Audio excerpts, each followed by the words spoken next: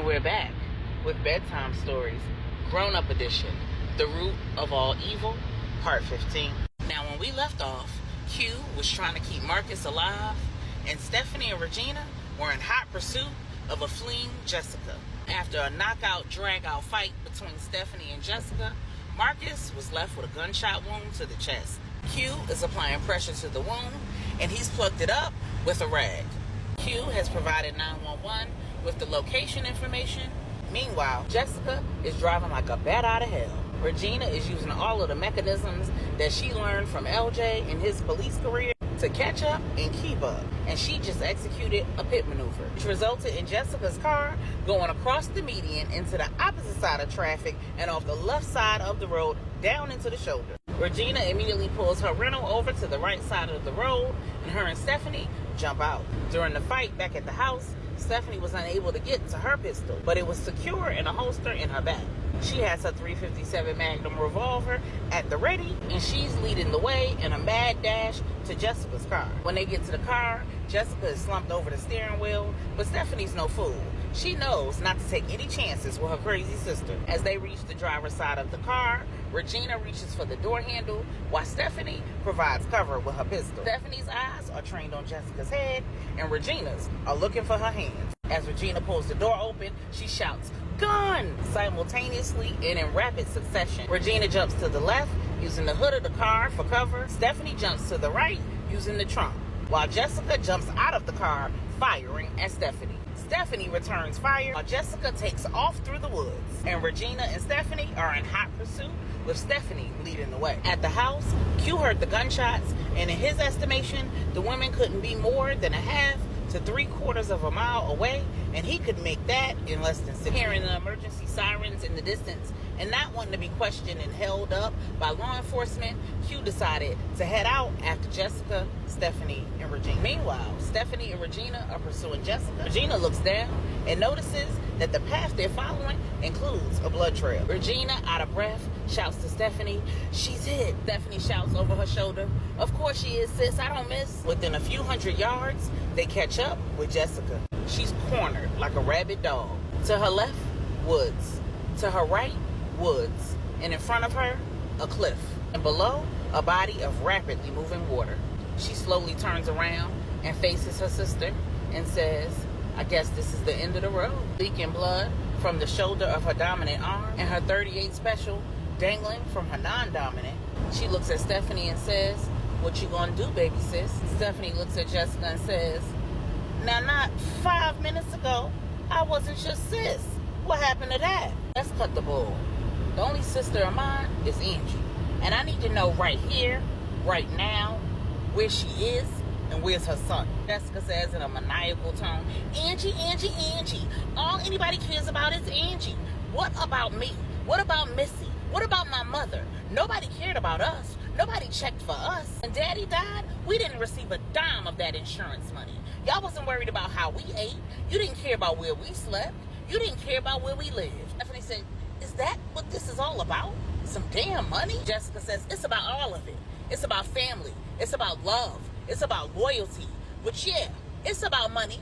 Money makes the world go round, baby sis." Stephanie looked at her and said, "Dead people can't spend no money. I didn't lay down with your mother and make no illegitimate kids. Neither did my mother or my sister. That was between my daddy and your mama. And she should have knew a baby don't keep no man, let alone two. Now where's my damn sister and my nephew before I put a window between your eyeballs?" Jessica slowly turned her back to Stephanie and said, "You'll never know if I jump." Stephanie, thinking fast, said, "Well, jump then and go join that baby." Regina stomped out of you. Enraged, Jessica spins back around, holding the gun in her uninjured, non-dominant hand. Who knew she was ambidextrous with a firearm? Before either woman could let off a shot, Q comes barreling out of the woods, slamming shoulder first into Jessica, knocking her to the ground and knocking the gun out of her hand, completely catching all of the ladies off guard. When he made it down the road, he saw the cars abandoned, he saw the trail of blood, he followed it, and when he saw the women from a distance, he decided to veer into the woods and go around where they were so that he was lined up perfectly perpendicular to where Jessica was standing. Watching, listening, and waiting and biding his time, He waited for the perfect opportunity to strike. Q had heard quite a few stories from Angela about her sister Stephanie, and LJ had given him the rundown, so he knew that Jessica knew that Angela was still alive, and she would do whatever it took to keep Jessica alive until they found the baby. He tackled Jessica. He grabbed the arm that was holding the gun and saw that she had a hospital band on her wrist. Pinned both of her arms above her head, giving him the perfect opportunity to read the hospital band. With very little effort, he was able to gain control of Jessica, but the entire time she was hollering and screaming and cussing, Stephanie was yelling, "Where's Angela? Where's the baby?" Regina was saying, "Just shoot her. F it, just shoot her." Jessica, realizing that no matter how hard she tried, she would never get out of Q's grip, stopped fighting, turned and looked at him and said, "Shouldn't you be somewhere drowning your sorrows in a bottle right now?" Q looked at her and said, "Now why would I do that when Angela is safe and I know where her baby is?" Jessica spits in his face and screams, "You a liar! You a damn liar!" Regina says, "All right, cool. Steph, go ahead. Shoot her. Let's go." Q pulled her up from the ground, wiped the spit off his face onto his shirt, and said, "Nah, don't kill her. Let's hold her and let the police take her. She's facing so many years in jail, she's gonna wish she was dead." Steph looks and says, "Oh, absolutely not. I'm blowing this." Q says, "Steph, you don't want that on your conscience. You'll have to live with that for the rest of your life." Jessica says, "Don't listen to him. He has no idea where the baby is." Q holds up her arm and says, "Actually, he's at Albuquerque Women's and Children's Hospital." Jessica, realizing that the game is up, looks at Stephanie and says, "Okay, but can you just do me this one favor? I'll give you all the account information and the passwords to my offshore accounts." Stephanie cuts her off and says, "Favor? Never in the history of niggerdom would you be asking me for a favor." Regina said, "What you say?" Stephanie continued and said, "I don't understand why your mother didn't teach you that the love of money is the root of all evil. But that's all right. You can find out when you meet in hell." Jessica looked at Stephanie and said, "What did you say?" Stephanie said, "I said your mother is dead, and you can ask her when you..." And before Stephanie could finish, Jessica managed to snatch away from Q and charge. And then Stephanie gave Jessica that new window between her eyeballs, like she promised. About a week later, Marcus's body was flown back to North Carolina, where he was buried next to his father in the family plot by Miss Brenda and Marcia. The following day, both ladies flew to Wyoming to be by Angela's bedside. Q remained in New Mexico only long enough to help Stephanie and Regina be cleared of all charges in connection with Jessica's death, and then he escorted Regina back to Wyoming. Q and LJ wrapped up the case, and it took almost a week for Albuquerque's Women's and Children's Hospital to get the DNA results proving that Angela was in fact the baby boy's mother. Lauren represented Stephanie in the case to get emergency temporary custody of the baby so that she could transport the baby back to Wyoming to be with his mother.